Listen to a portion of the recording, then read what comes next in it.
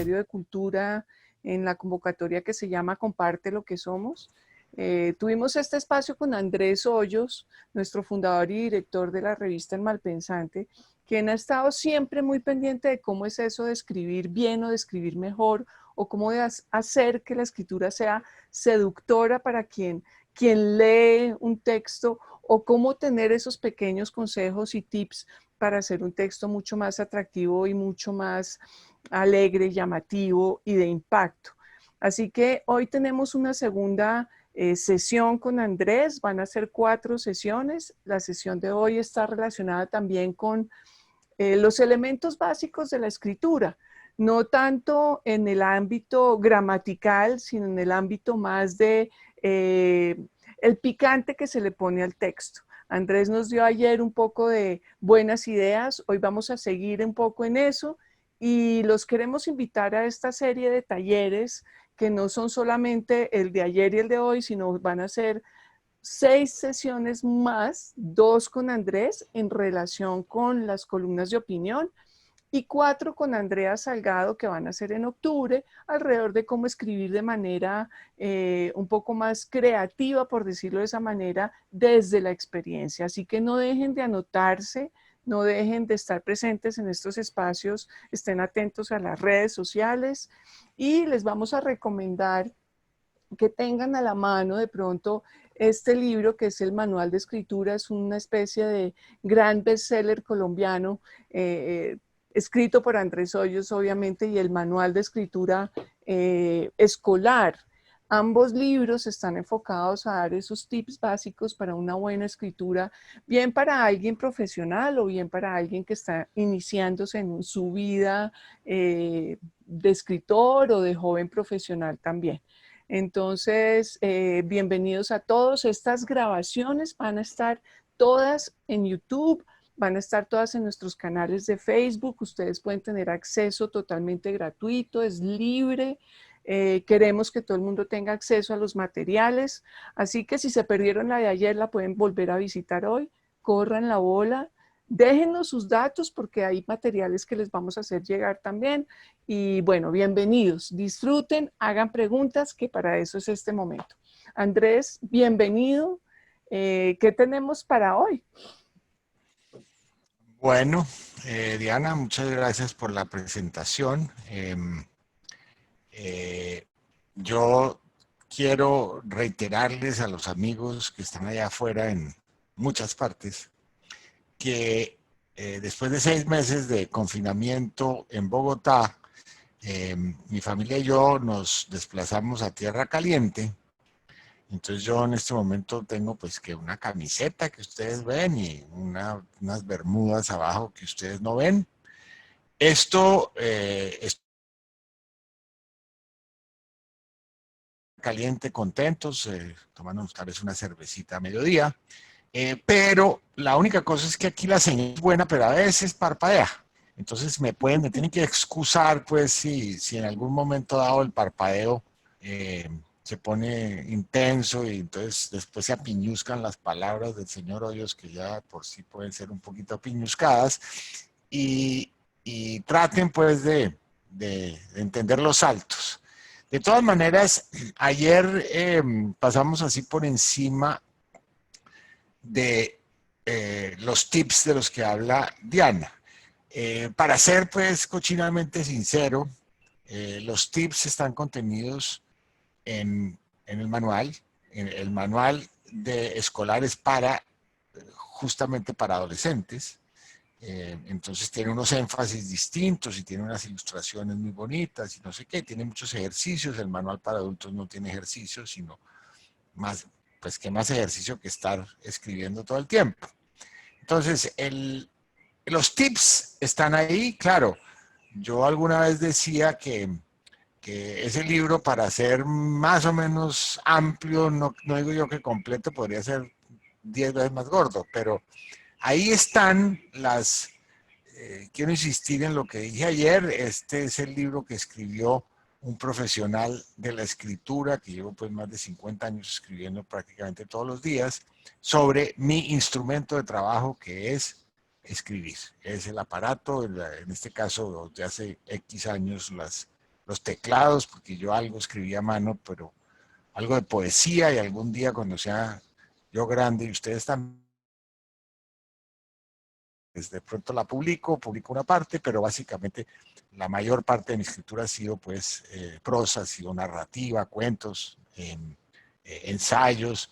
Ahora, yo ayer les quiero reiterar que es muy importante que una persona que escriba aprenda a calibrar sus capacidades y sus, llamémoslos, sí, digamos, hay que mirarse al espejo y si el espejo le dice a uno, usted no sirve para escribir, pues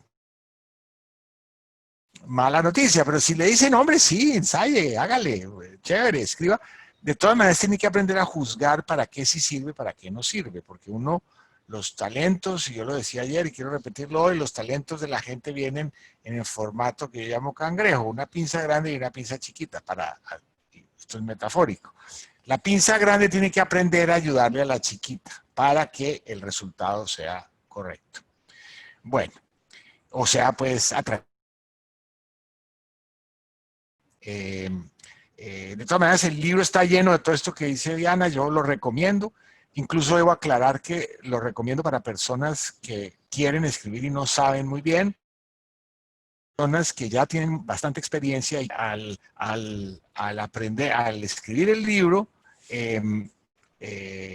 aprendí muchas cosas que no sabía o que no sabía que sabía, de modo que, eh, bueno, aquí tengo un visitante que me está rondando, que se va a ir ya. Te vas, por favor. Bueno, entonces, en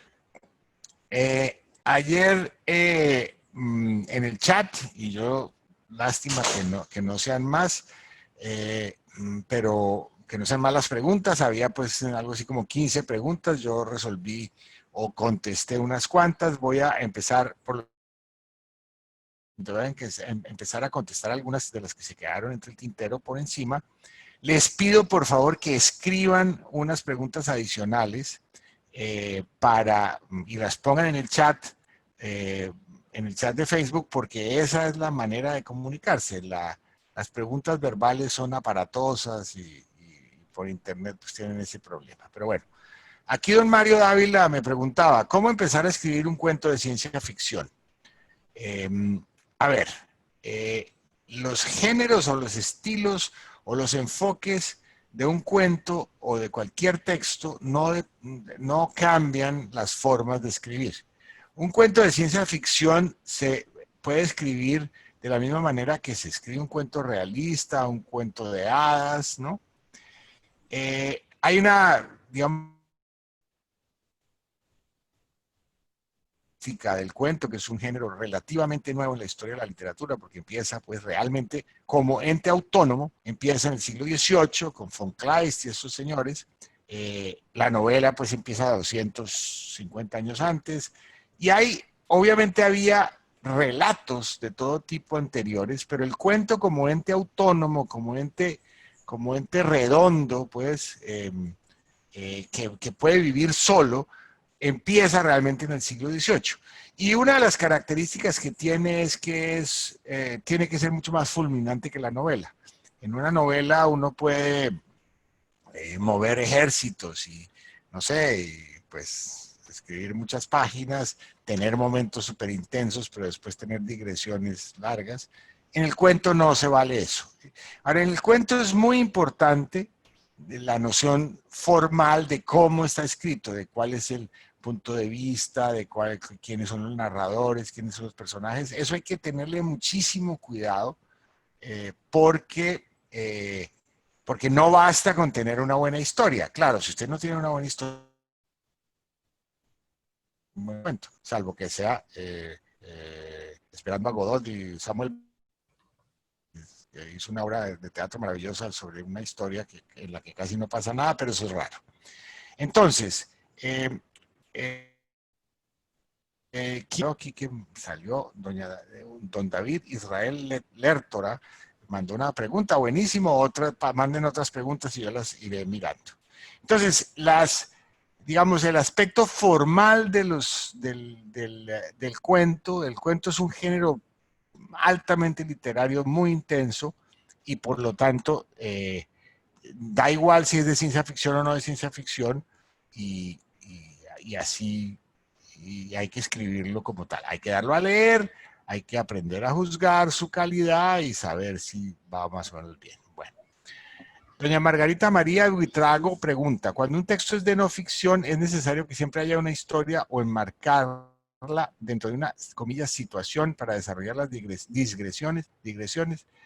Eh, a ver, eh, la, la ficción influyó en la no ficción. La no ficción es un género, son géneros, los de no ficción son géneros un poquito posteriores y que le robaron, le tomaron pues robada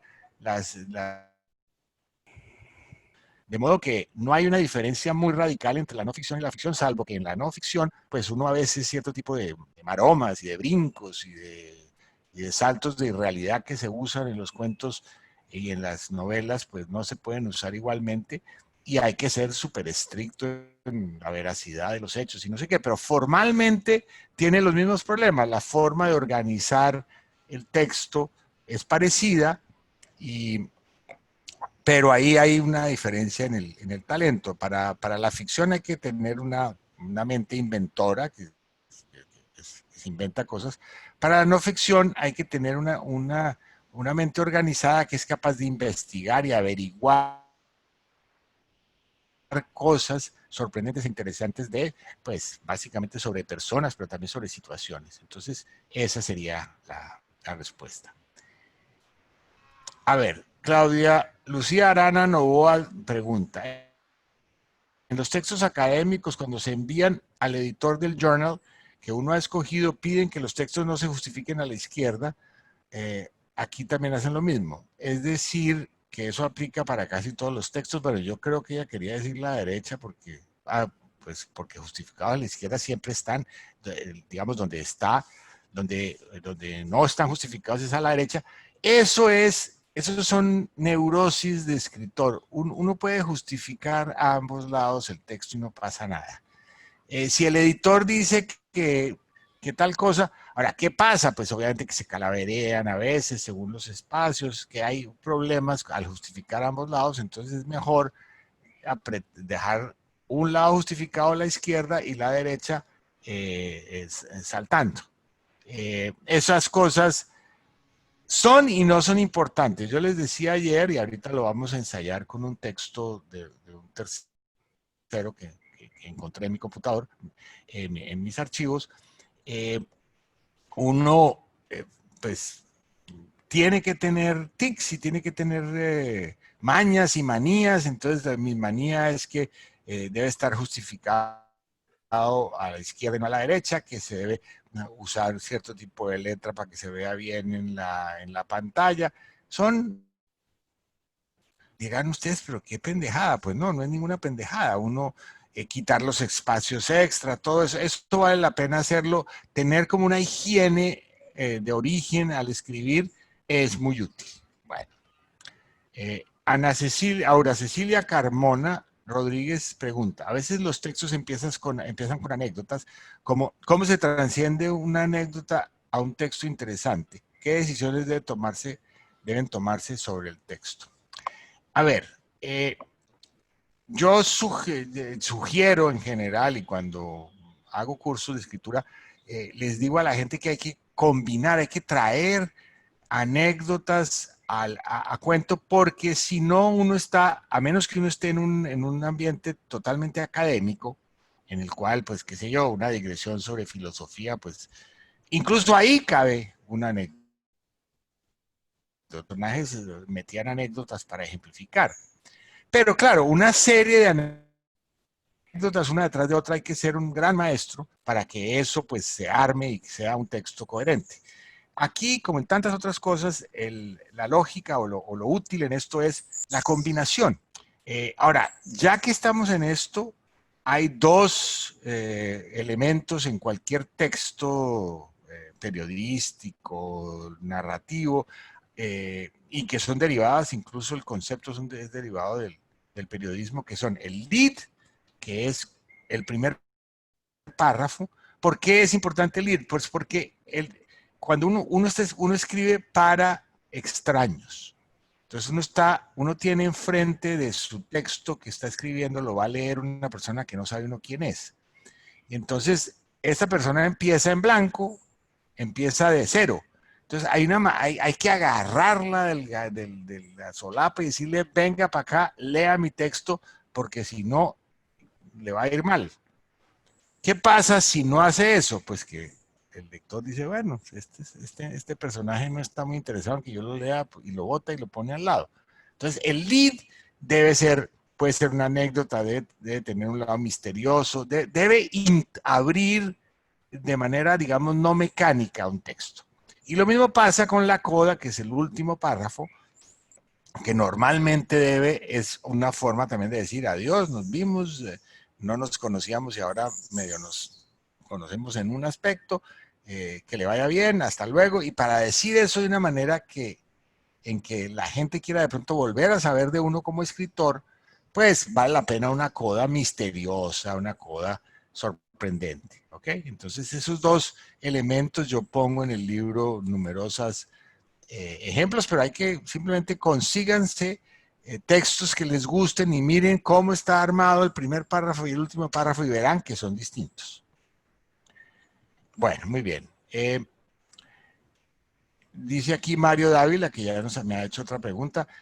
Un consejo para escribir o estructurar un cuento con un final irónico, algo tipo corto. Les cuento aquí esto pues da para 1000 vueltas, pero básicamente en una época se pusieron, no con Cortázar, sino con O. Henry, con esos tipos, se pusieron de moda los cuentos que eran una narración así como interesante, llena de elementos, y al final, ¡pum!, una sorpresa que lo dejaba uno, no necesariamente irónico, una cosa que lo dejaba uno dando vueltas. Ahora, normalmente era entonces comienzo, desarrollo y final. Eso era un método, incluso había la noción de que las narraciones, el escritor era un poquito Dios y Dios decía al final qué le pasaba a todo el mundo, dónde iban a parar, si morían, si vivían y adiós, cerraba la historia. Hay una tendencia interesante en la cual yo me he inscrito, que es las historias abiertas. Yo la aprendí viendo una película maravillosa de Krzysztof Kieslowski que se llama Bleu, Azul, en la que, por ejemplo, pasa lo siguiente. El segundo personaje más importante de toda la película solo aparece una vez de espaldas porque parte del cuento es que él se murió. En un compositor y en un conductor, un compositor. Entonces, las historias abiertas empieza uno sabiendo ciertas cosas, termina y queda una cantidad de incógnitas, ¿sí? ¿Eso quiere decir que usted va a seguirla contando después? Pues puede que sí, puede que no, pero es otra forma de escribir, ¿sí? Entonces el final no tiene que ser tan absolutamente definitivo como sugiere la pregunta. Bueno, aquí vamos andando. Yo ahora pienso escribir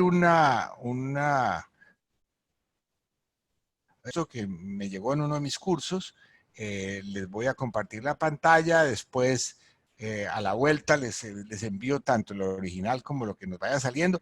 Esto aquí tiene un único problema que sí es serio, y es que normalmente la mejor manera de corregir un texto es con el autor o la autora aquí pegada de uno, aquí al lado, para que uno le pueda preguntar cosas.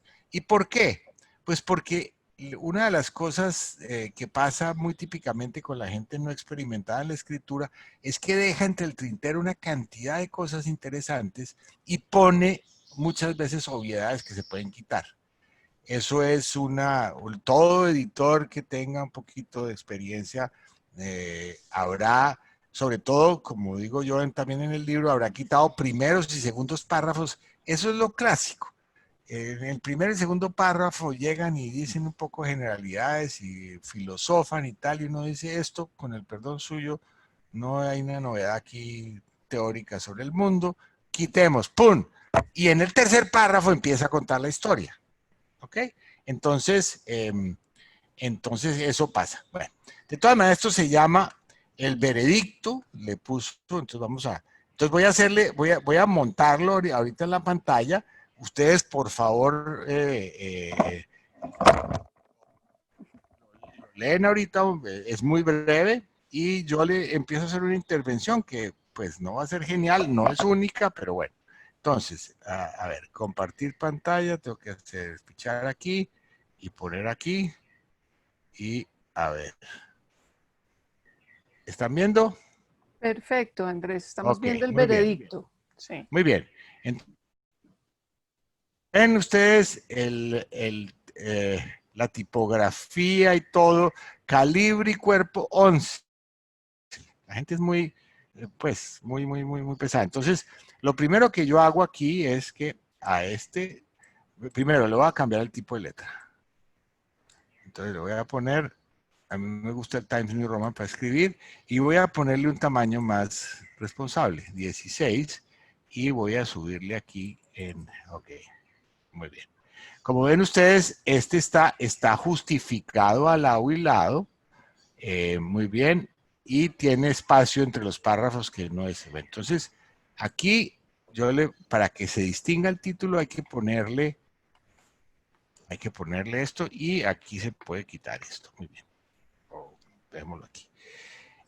Lo otro es que obviamente, a ver, aquí tiene un tema. Esto, todos son las manías de escritor que ustedes están viendo que. Entonces, como verán aquí, este texto tiene una manía, que es que pone aquí, entonces,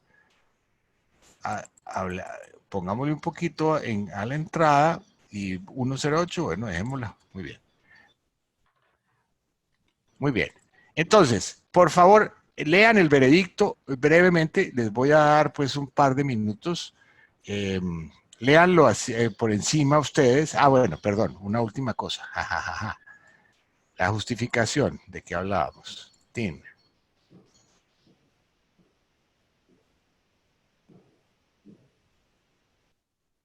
Léanlo, por favor. Mientras la gente lo va leyendo, Andrés, Sí. Uh-huh.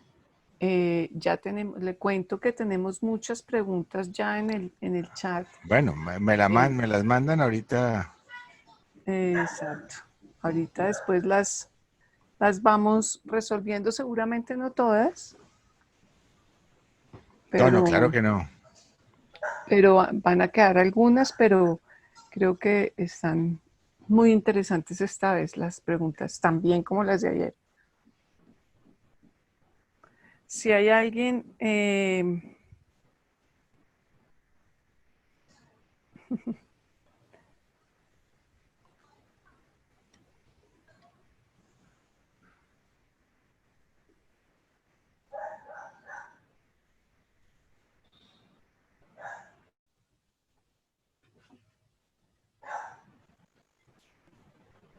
¿Listo? Bueno, muy bien. Entonces, me imagino que habrán visto que de qué trata esto, pero entonces yo Algunos, voy a... Andrés, algunos dicen que no alcanzaron a ver el texto, no importa, les decimos que No, esto va a llegar no, después por correo. bueno, denle otra, espérese, a ver, yo lo achico una gotica. No, seguramente son temas de pantalla. Continuemos, Andrés, igual usted lo va trabajando y vamos leyendo sin problema. No, es que esto es breve, es un texto de 249 palabras. Bueno, 249 palabras. Bueno, muy bien, no. Eh, Vamos a ver, a ver. Entonces, aquí dice su conexión es inestable. Bueno, entonces, lo primero que yo le sugeriría a la persona autora de esto, que no está aquí, es que, salvo excepción, a los personajes hay que darle un nombre, ¿sí? Y el lead, en este caso, dado que hay que entrar, entonces, digamos, Mireya y Mariela se conocieron. Ahora, miren acá, hace 40 años. Eso es un error.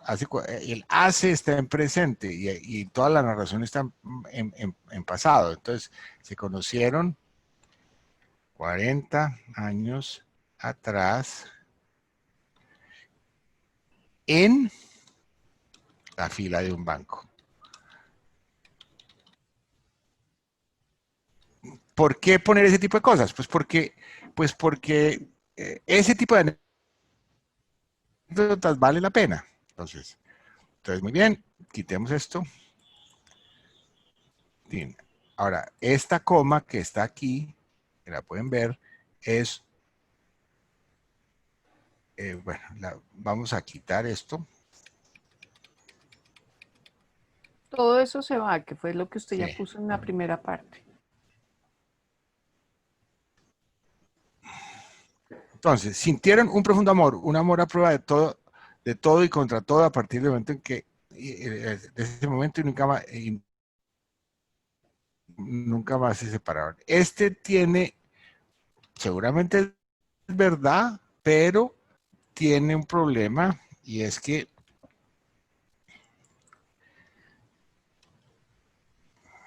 un momento. Yo creo que la gente no Y está acá. Ok. ella era rubia, un bello cuerpo y Mariela algo más seria, aunque se sentía bien con su cuerpo. O sea, un poco lo que hizo Andrés es Fue poner en primer plano a Mireia y a ah, Mariela, poniéndoles habló nombre. primero y de la y fueron a un café.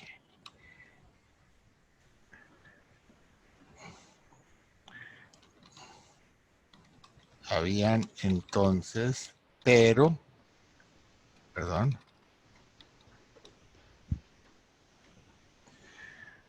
esto, yo aquí, quiero decir que esto es abusivo de mi parte y la autora seguramente no lo hubiera hecho así, pero es como hay que ir contando las cosas.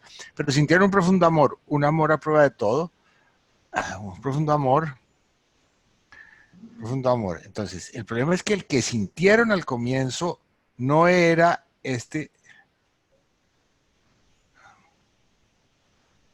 sintieron un gran flechazo. Con el tiempo, aquello se convirtió en un amor profundo.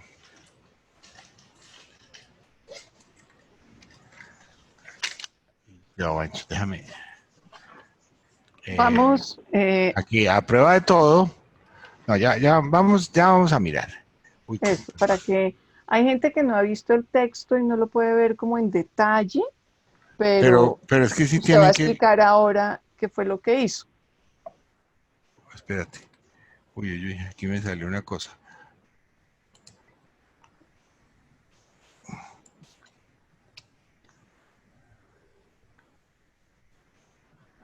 ¿No lo están viendo?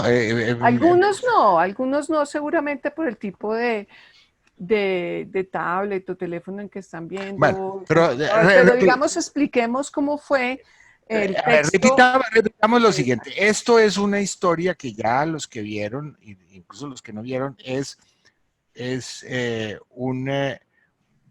están viendo el reporte de una biopsia en que una persona, no las dos, tienen cáncer y son dos mujeres que han sido novias y amantes durante 40 años.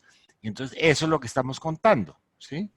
Estamos Ajá. tratando, yo estoy contando la historia que venía originalmente, yo no me estoy inventando nada.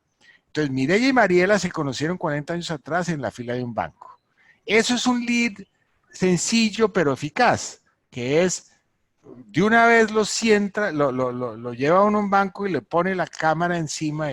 Mireya era rubia, tenía un bello cuerpo y Mariela algo más seria, aunque se sentía bien con su cuerpo, por decir. Cuero, ahí, ¿sí ve? Aquí me salió mal. Sí, claro Obviamente que ya esto tiene, estaban por haciendo el ejemplo, chiste por ahí que les gustaba el vello, los cueros. O sea, está bien el lapsus, Andrés. no, pues es Eh, que eso ¿sentía bien con su cuerpo? No, quitémoslos con su cuerpo. María, Mirela la abrió primero y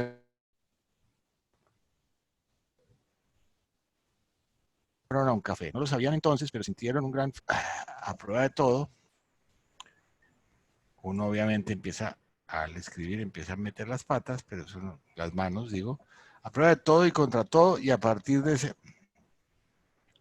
Contra todo. Aquí pongamos un punto desde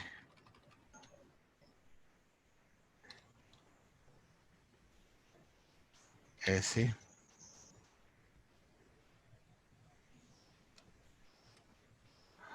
Bueno, Desde ese momento quitemos el S, doble S sí, y ya. muy bien, muy bien. Listo. Entonces, Entonces aquí cuéntanos voy, qué hizo en este no, párrafo primero. voy a mirar, miremos qué seguía. Entonces, aquí está la introducción, estamos trayendo unos personajes. Estas personajes son dos mujeres que tienen de particular, pues que son amantes, son lesbianas, y eso es digamos, eso no es ni bueno ni malo, ni mejor ni peor, eso es una parte de una historia, ¿sí? Pero a la narradora en su momento, y a mí en este momento me parece interesante decirlo porque pues no es tan tradicional. Si fue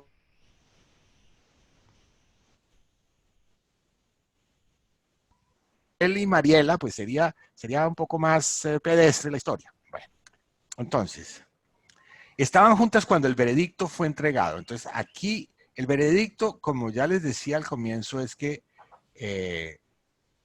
entonces, aquí es importante decir, es totalmente improbable que a dos mujeres les dé cáncer al mismo tiempo. Pues debe ser una de las dos. No sé, ¿qué dicen ustedes? Pues yo voy a poner que una de las dos. Entonces vamos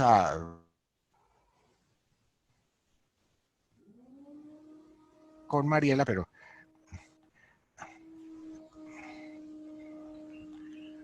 cosa de un año atrás, Mariela empezó sintió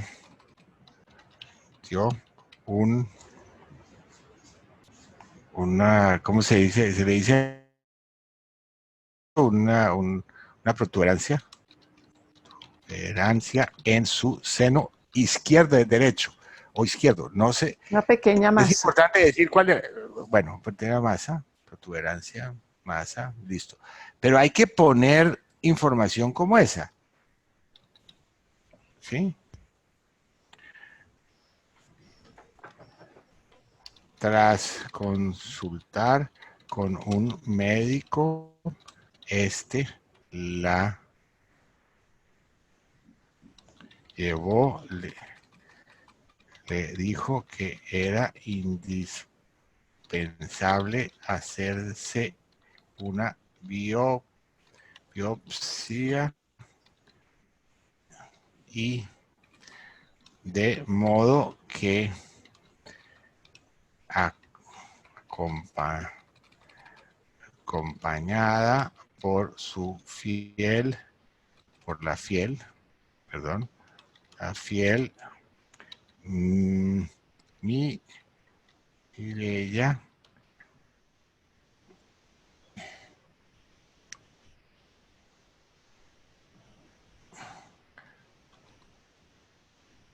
fueron a la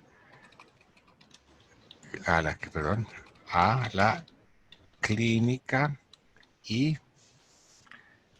se, se sometió al fastidioso procedimiento. El, el análisis de laboratorio Torio, toma tiempo, toma Aquí, 4 días, de modo que se sentaron a esperar. o sea que este Estaban ya justo, es el momento en el que ¿sí ves? Pero se es que, anuncia la historia. claro, pero es que es para mostrarles que la persona que me envió el cuento estaban juntas cuando el veredicto fue entregado en forma de letras negras. Entonces, eso ni siquiera está mal escrito, sino, pues ahí hay un problema de puntuación, pero bueno, estaban juntas cuando el veredicto fue entregado en forma de letras negras impresas en un blanco y frío, fríos con tilde, mi querida amiga.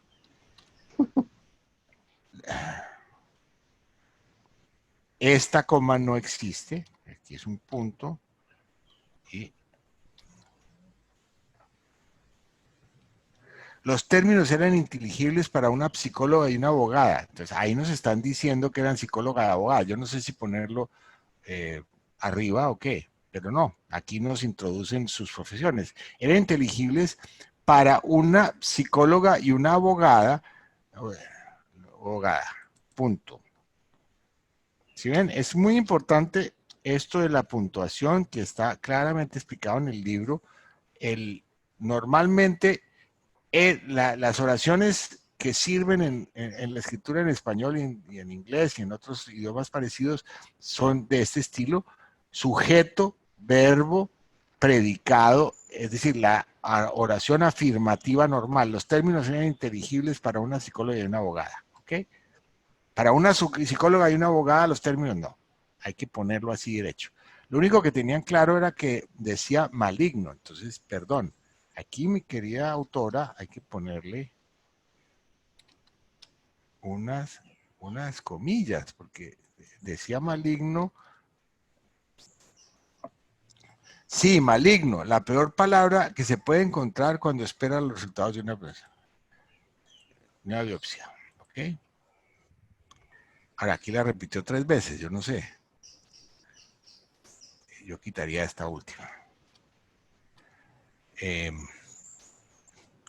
Las dos guardaron sepulcral silencio y sintieron que sus mundos se derrumbaban. Punto. Sin musitar una sola palabra durante un corto tiempo, coma, que pareció una eternidad, vieron cómo toda su vida juntas pasaba por sus cabezas. ¿Ok? Eso, por ejemplo, está bien. Las dos tuvieron que enfrentar muchas dificultades. Esto, por ejemplo, sí es de súper general.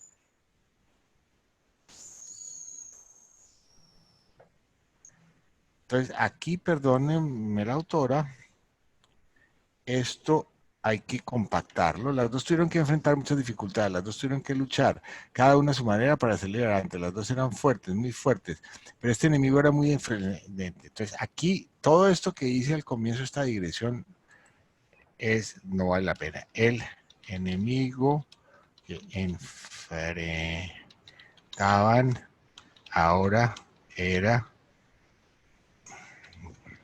Preguntan que si maligno muy podría ir en fuerte. cursiva, Andrés. También, pero no. Yo prefiero en comillas. Era muy fuerte. Entonces, todo esto que ven aquí, ¿sí lo ven? Que es una forma de decir generalidades que no vale la pena, se fue.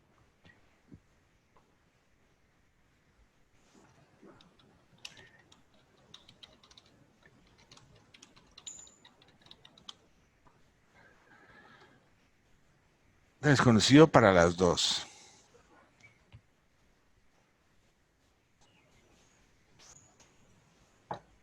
Dado Creo su que con todo lo que usted está haciendo carácter, ahora, Andrés, sí, el punto y coma es una pregunta frecuente. ya voy.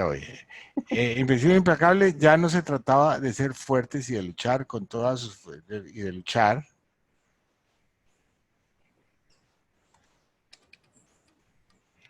pues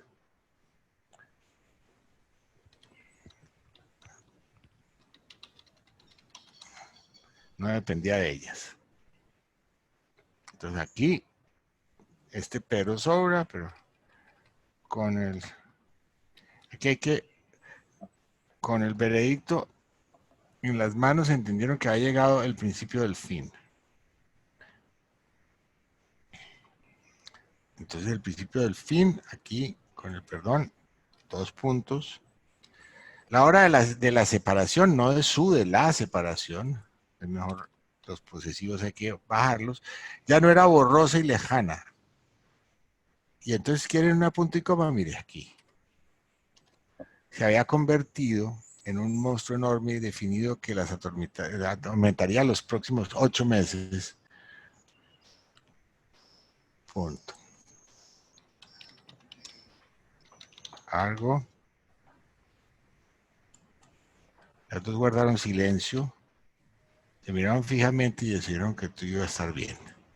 Bueno, esto es, digamos, estos son los primeros auxilios que se le hacen a un texto. Yo de repente un poquito más tarde le doy más vueltas o miramos, pero yo quiero que vean, digamos, como un texto, como un texto y una cosa interesante que es que a una persona de una pareja, dos mujeres, eh, obviamente 40 años y se conocieron a los 25, o sea que tienen 60 y tantos cada una, eh, es una historia que vale la pena y el título es un poquito inductivo, pero sirve, el veredicto, ¿sí? Eh, a esto le cabe más, claro está, le cabe más cosas sobre cómo es lo que son eh, abogada, psicóloga, decirles cosas sobre eso, contarnos más cosas sobre ellas, ¿sí? Esto se puede pues, fácilmente volver 3, 4 veces más largo y todavía no perder el interés.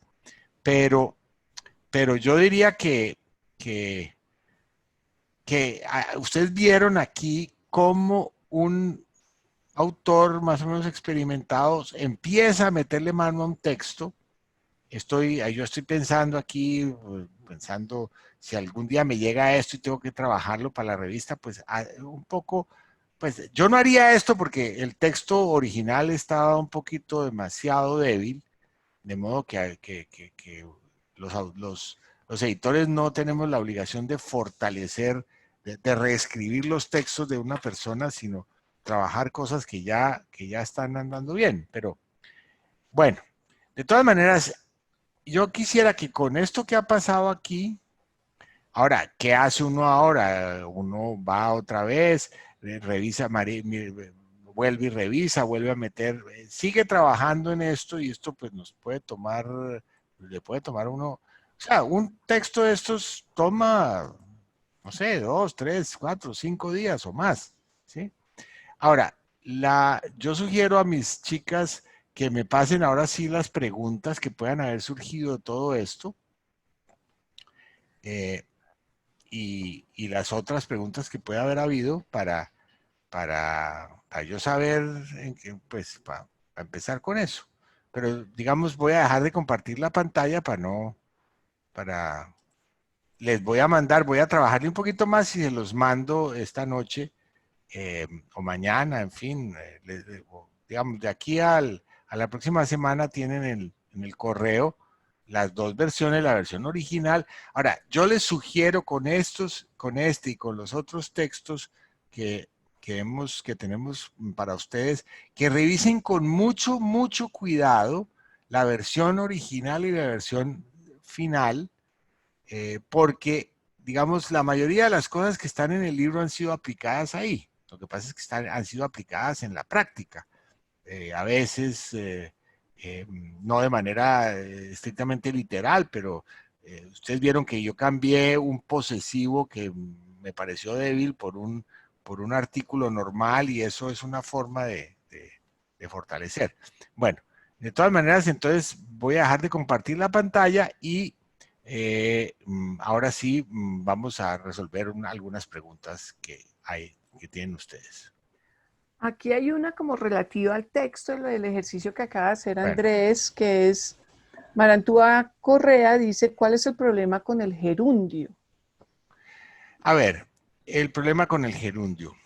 Eso, modestia aparte, también está explicado de una manera más o menos sencilla. El gerundio, pues uno puede volverse su especialista. A ver, ¿qué pasa con el gerundio? El idioma español es un idioma muy, muy flexible en lo gramatical. Uno puede suprimir los pronombres, uno puede hacer cantidades de cosas, pero hay un aspecto en el cual es restrictivo, que es en el uso de los gerundios. En inglés y en portugués, por decir algo, los gerundios se usan más libremente que en español. Esto, pues hay algunas cosas como que no hay que cambiar el sujeto de la frase. Ahí yo lo explico en el libro.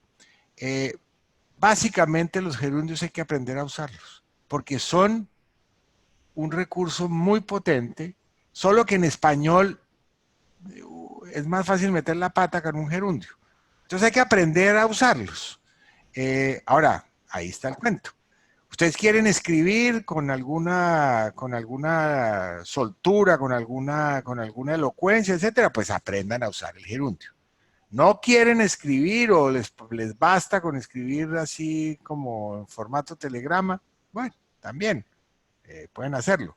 Pero hay, el gerundio, porque de resto el español es súper flexible en los tiempos verbales, en la forma de organizar las comas, la gramática, o sea, no tiene tantas restricciones.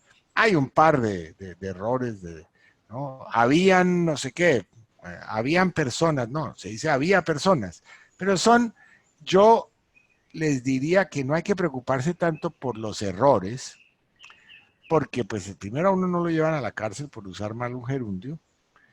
Segundo, pues un buen editor le dice, mira, este gerundio está un poquito torcido aquí, mejor cámbialo por una oración subordinada. Perfecto.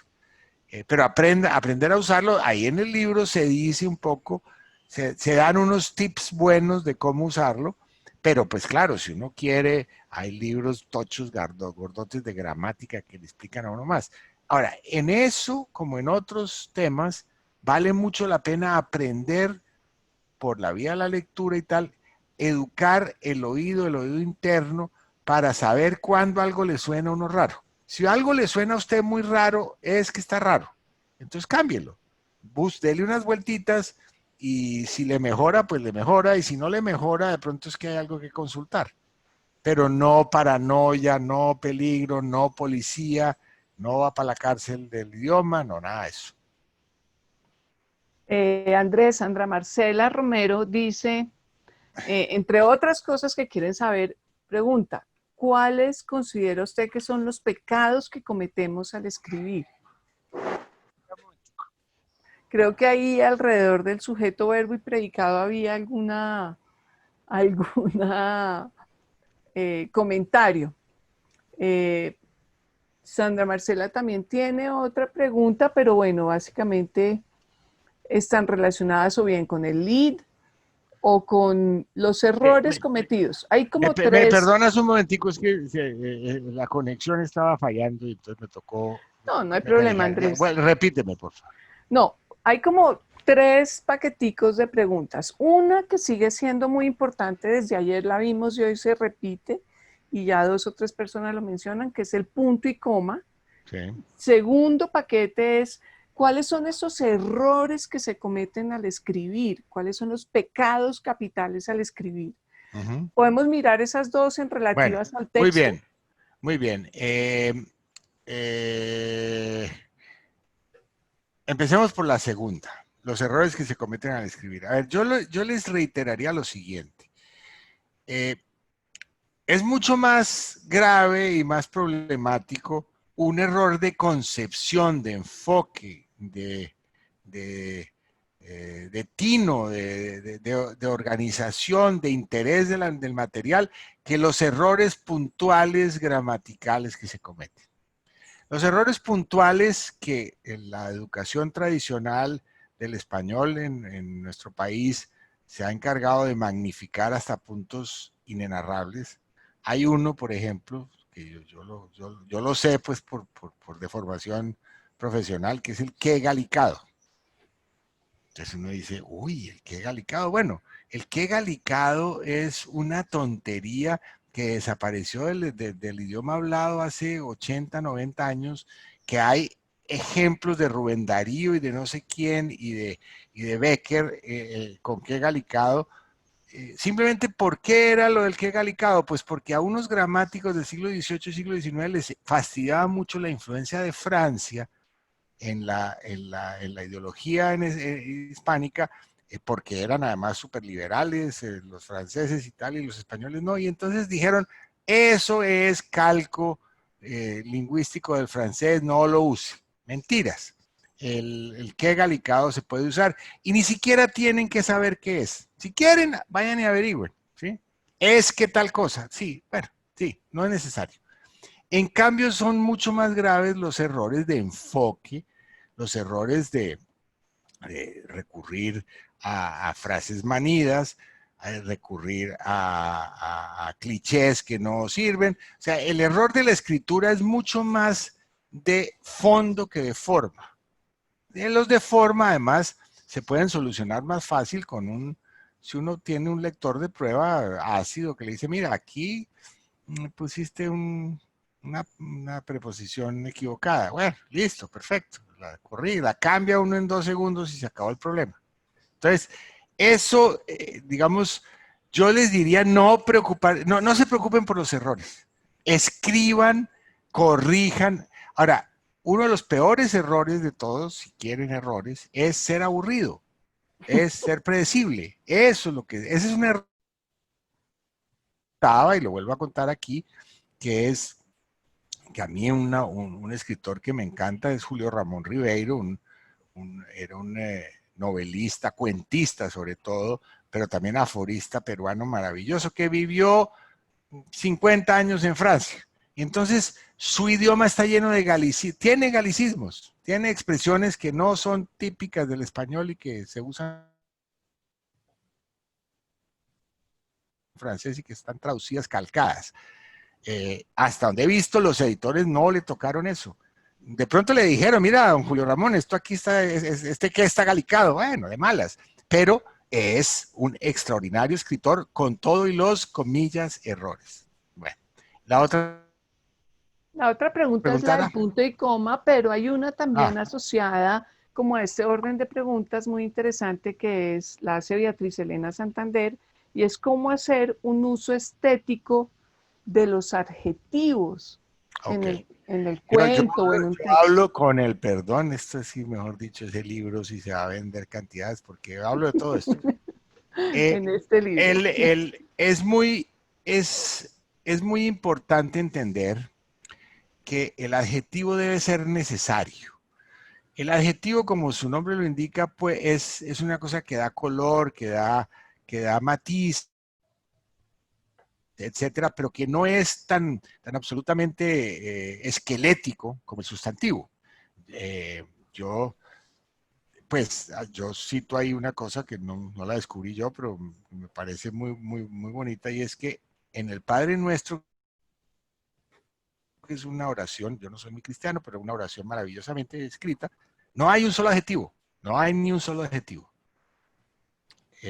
Entonces, ojo con eso, digamos, es mejor usar más sustantivos y verbos y sustantivos, pero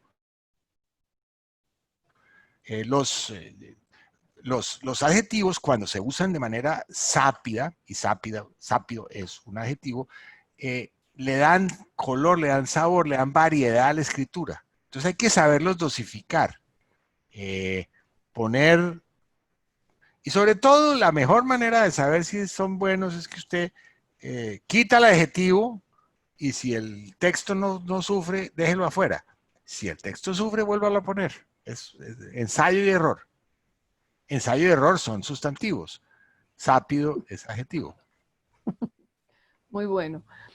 Hay gente de Perú, Ecuador, Bolivia, Andrés, de Opa. todos lados. O sea, aquí quiero leerle una pregunta de Giresca Pilupo que dice lo siguiente. ¿Cómo podemos validar lo que escribimos y no sentir que es un intento o remedio de escritor en ese proceso de corregir y de corregir, y en fin. Mírese al espejo y pregúntese, ¿la persona que está al otro lado es una persona que merece la pena que esté escribiendo, sí o no?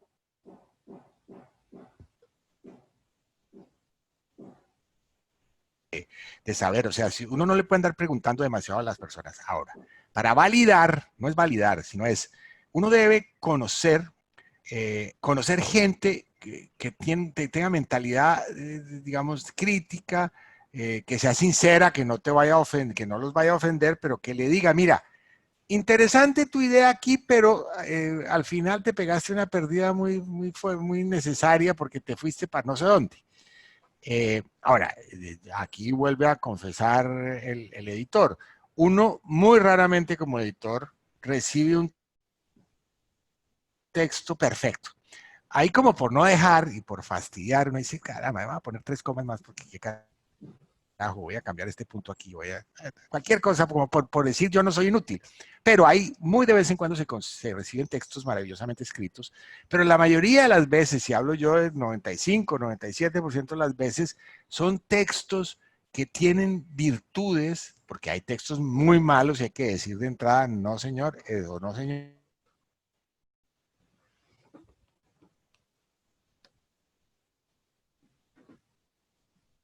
A veces lo perdemos, creo que ahora Usted sí no lo tiene la perdí. suficiente Ah, pericia para bueno, escribir.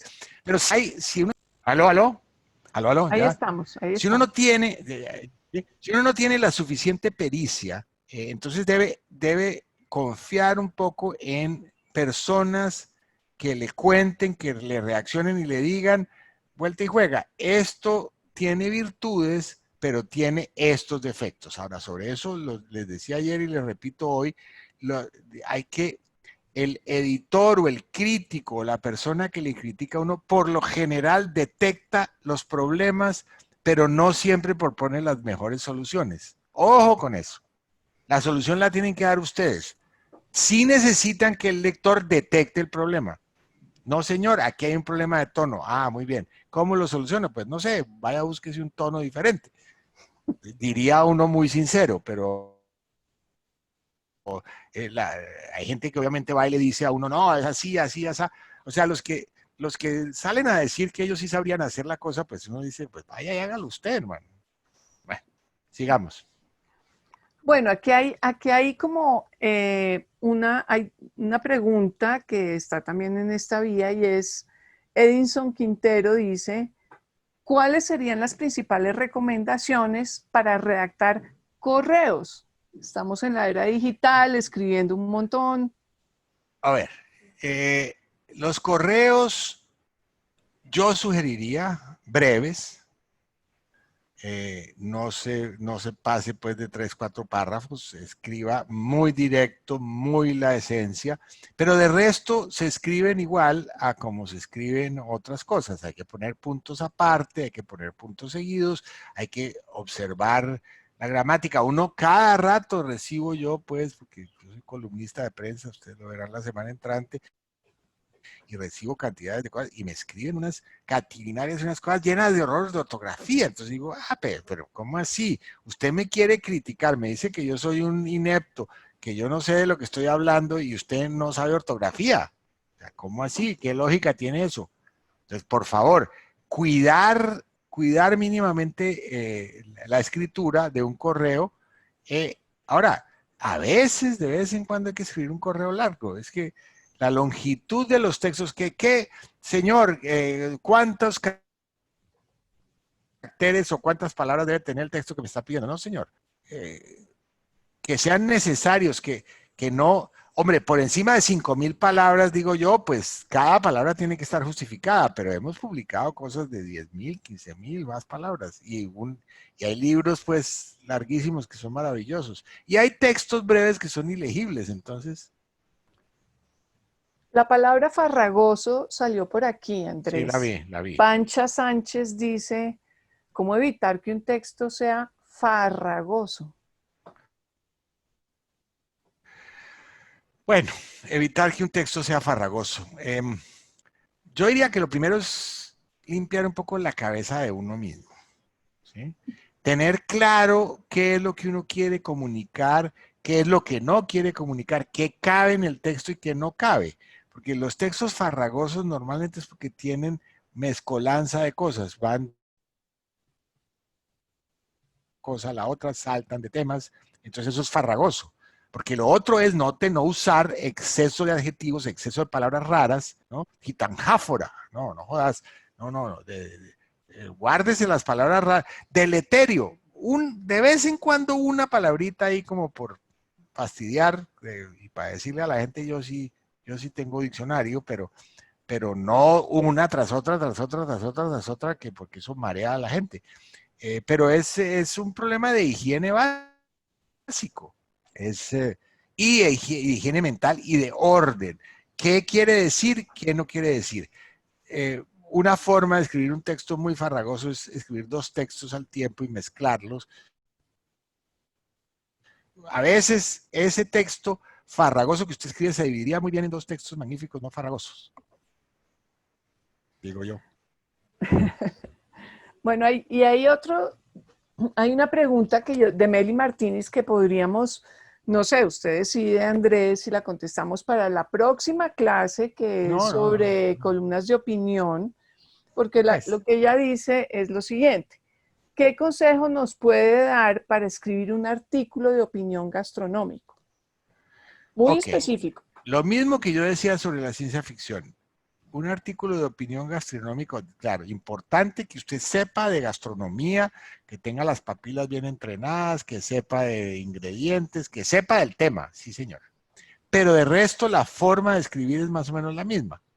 Ahora, el artículo de opinión, yo lo decía ayer y lo repito hoy, es una forma de ensayo de una sola idea. Porque un artículo de opinión, que son 3.500, 4.000 caracteres, o 600, 800 palabras, es muy breve para desarrollar demasiadas cosas. Entonces hay que concentrarse en desarrollar un aspecto. Ahora, la opinión gastronómica, yo me imagino que es crítica de restaurantes y esas cosas, de modo que pues se puede uno concentrar bien en X o Y cosa, pero vuelta y juega. Escribí sobre religión, sobre fútbol, hay quien escribe muy bien sobre deportes, sobre cualquier tema hay que escribir bien, punto. No, el tema viene después.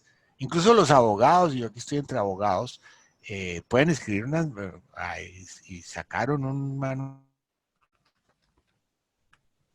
de una manera clara la minuta y la cosa y de manera turbia. Que eso tenga fuerza de ley o no, bueno, eso ya es otro tema, pero la escritura no tiene por qué, la escritura, ni siquiera la escritura especializada tiene por qué ser aburrida.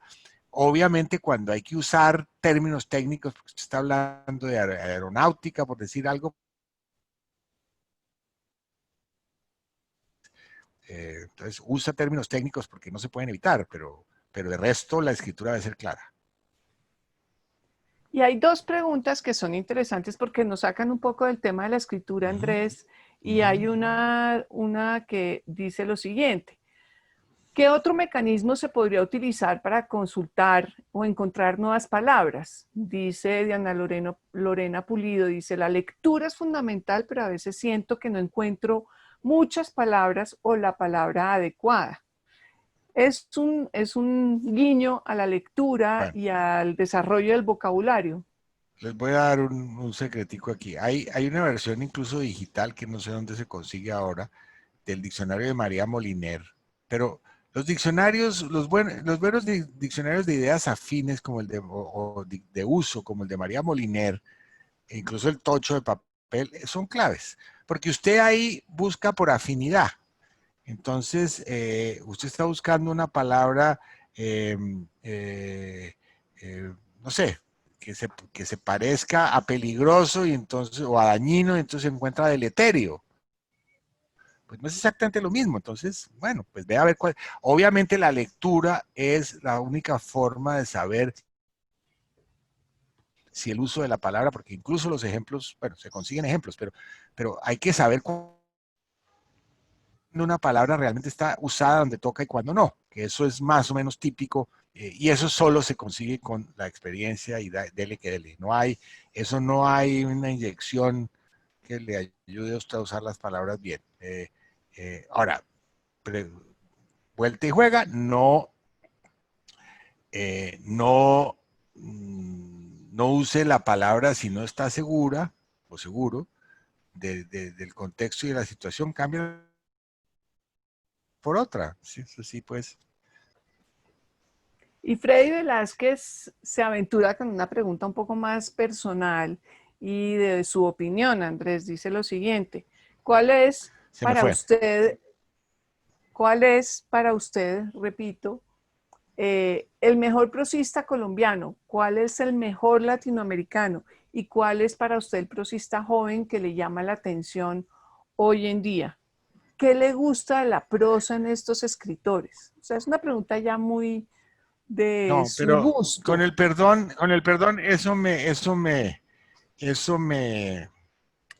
mete en honduras y profundidades. Pero si está joven o no joven, eso no tiene tanta importancia. Yo diría, pues, que muy grosso modo y sin, pues, creerme ningún genio, los dos mejores prosistas que ha dado la lengua española en los últimos 100 años son Borges y García Márquez, en la calidad de una palabra tras otra. Así a veces dijeran cosas que no son, en ambos casos y en el sentido contrario, pero la prosa es extraordinaria. Hoy en día, por ejemplo, yo debo decir que aunque no comparto sus puntos de vista sobre el idioma ni nada, a mí me parece que la prosa de Fernando Vallejo es muy buena. Discutiría más la fuerza y la necesidad de sus novelas, pero es un prosista y él dice que los señores de la Real Academia son unos liberales espantosos, que ellos no cuidan el idioma, o sea, es más godo que la Real Academia, pero escribe de una manera muy sápida, vuelta y juega. Pero no, no me voy a enredar aquí en hacer gradaciones, además porque las gradaciones tienen el problema de que ese escritor o escritora que uno considera maravilloso pasaba mañana sale con una bobada. Nos pasó hace 2 o 3 días con los editores de la revista un escritor muy bueno cuyo nombre no vamos a mencionar, que le hemos publicado algunas cosas y que ha sido magnífico, salió con un texto imposible, lleno de prejuicios y de cosas. Casi que uno diría, uy, hermano, ¿qué le pasó aquí? Pues le pasó que, pues, un día entró en crisis de sinceridad y dijo lo que no era. Bueno, aquí hay una pregunta que acaba de surgir de Lino Antonio Jiménez y me parece que puede dar mucho para ir cerrando, Andrés, que es la siguiente: ¿cómo se estructura una idea? Cuando decimos Una que estructura, una idea. exacto. No, una idea no se estructura, una idea es una idea, es una declaración sobre tal cosa. La democracia es buena, es una idea. ¿Quién la estructuró? Pues no sé, pero pues hay que partir de que la palabra democracia tiene un sentido y lo de bueno o no bueno tiene otro sentido. Entonces yo diría que a las ideas hay que foguearlas, hay que matizarlas, hay que darles brincos y estructurarlas no de manera, es decir, no pensar tanto en estructurar una idea. Es que la persona que hizo la pregunta tiene una noción complicada, que es que hay que estructurar las ideas. Las ideas hay que tenerlas, hay que discutirlas, hay que foguearlas y ojalá que sean correctas y que valgan la pena y no digan tonterías. Porque también hay ideas totalmente equivocadas. ¿Cuántas quiere usted? Todas las que quiera. Entonces uno puede estructurar, por así decirlo, una idea equivocada, bien estructurada. ¿Qué hacemos con eso?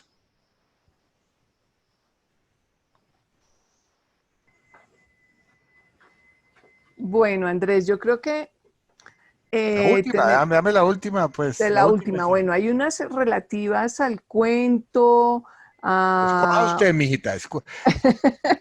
bueno, voy a escoger una de las del principio, pero básicamente había, a ver, aquí decía, deme 2 segundos que hay varias que se me están quedando entre el tintero, pero lo más seguro es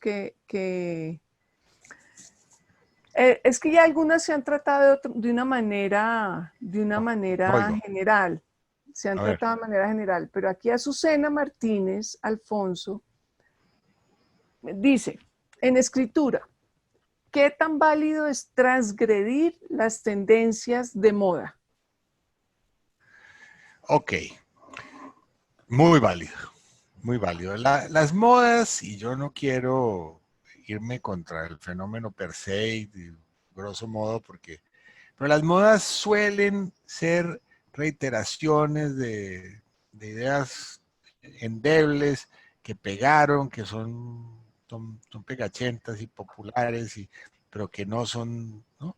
De modo que casi, ahora yo no digo que siempre, porque pues a veces hay una moda que vale la pena, pero en la mayoría de los casos vale la pena salirse del camino trillado, y eso no es por un prurito, porque uno tenga que ser original, sino porque las ideas más interesantes suelen encontrarse un poquito en los extramuros de los problemas, no en lo que se reitera y se repite todo el tiempo. Eh, Darles un tema que va a tener que ver con el malpensante el año entrante, y es, durante años, digamos, se dijo que las drogas eran malas, y después los jóvenes en los años 60, etcétera, empezaron a fumar cosas y a meter cosas, y entonces se montó una cosa llamada la prohibición. La idea de la prohibición es una idea que todavía hoy está de moda, porque es mala, digamos, tiene un apoyo mayoritario en Colombia, pero es un gran error, porque nos llena de sangre, porque nos llena de violencia, o sea, entonces ahí no hay manera de... Entonces ahí hay que salirse de la moda, ¿sí?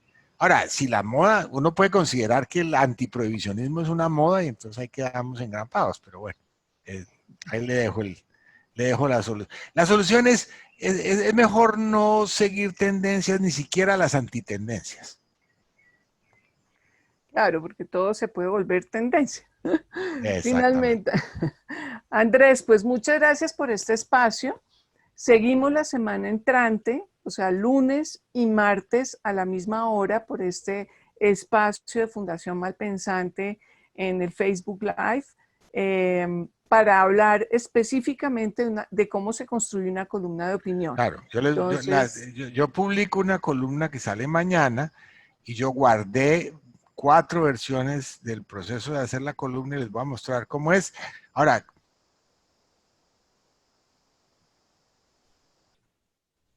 Andrés, no, simplemente ilustra. Y un abrazo a Diana y a todos los demás, y a Lucía y a listo, Angélica, a Camila.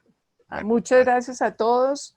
Les recordamos entonces que se inscriban en el sí, correo por favor que porque, nos den sus correos exacto. y ojalá sus teléfonos, porque eso sirve para mantenerlos cuando estas cosas surgen, pues se pueden saber por aquí, Y por esas vías. y que no se pierdan porque todavía quedan muchas sesiones para trabajar los temas de la escritura. Entonces, aquí los recibimos, estén pendientes de nosotros. Gracias, Andrés. Y nos vamos. Un saludo, Bueno, disfruten. chao. Chao.